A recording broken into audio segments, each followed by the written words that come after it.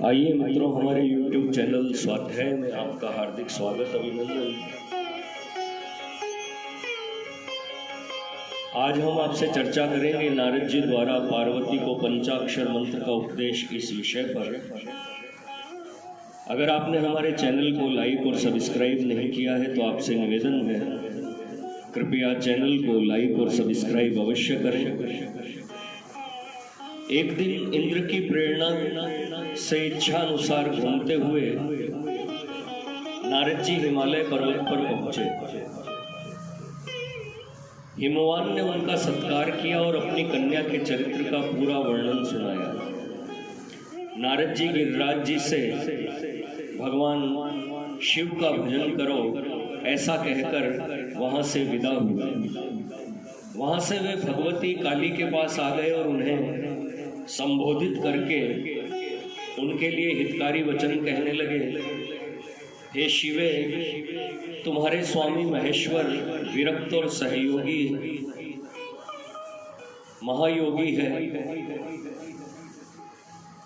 उन्होंने कामदेव को जलाकर तुम्हें सकुशल छोड़ दिया है, इसलिए तुम उत्तम तपस्या में निरत हो चिरकाल तक महेश्वर की आराधना करो।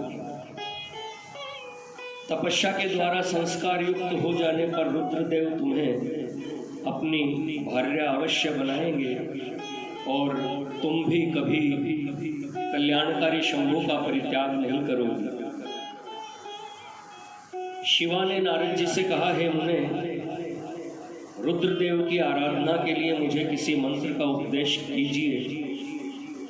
ब्रह्मा जी बोले, हे नारद, पार्वती का यह वचन सुनकर आपने पंचाक्षर मंत्र नमः शिवाय का उन्हें विधि पूर्वक उपदेश देते हुए कहा, यह मंत्र सब मंत्रों का राजा, मनोवांछित फल प्रदान करने वाला, शंकर को बहुत ही प्रिय तथा साधक को भोग और मोक्ष देने वाला है। हे शिवे, नियमों में तत्पर रहकर उनके स्वरूप का चिंतन करती हुई तुम पंचाक्षर मंत्र का जप करो, इससे शिव जी शीघ्र ही संतुष्ट होंगे। अपने माता पिता से किसी प्रकार आज्ञा प्राप्त कर भगवती पार्वती तपस्या में संलग्न हो गई और पंचाक्षर मंत्र के जप में रत होकर तप करती हुई वे भगवान शंकर का ध्यान करने लगी।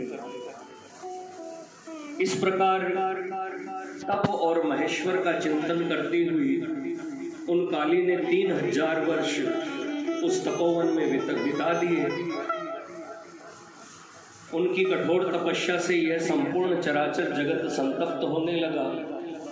देवता गणों ने ब्रह्मा जी के पास पहुंचकर निवेदन किया, हे विभो, इस समय यह सारी सृष्टि क्यों जल रही है, इसका कारण ज्ञात नहीं हो पा रहा है। ब्रह्मा जी कहते हैं,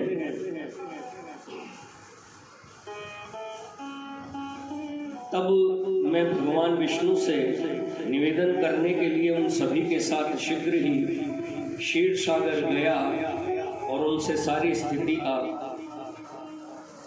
वर्णन किया। विष्णु जी बोले, मैंने सारा कारण जान लिया है। आप सब लोग पार्वती की तपस्या से संतप्त हो रहे हैं, अतः मैं आप लोगों के साथ अभी परमेश्वर के पास चल रहा हूँ।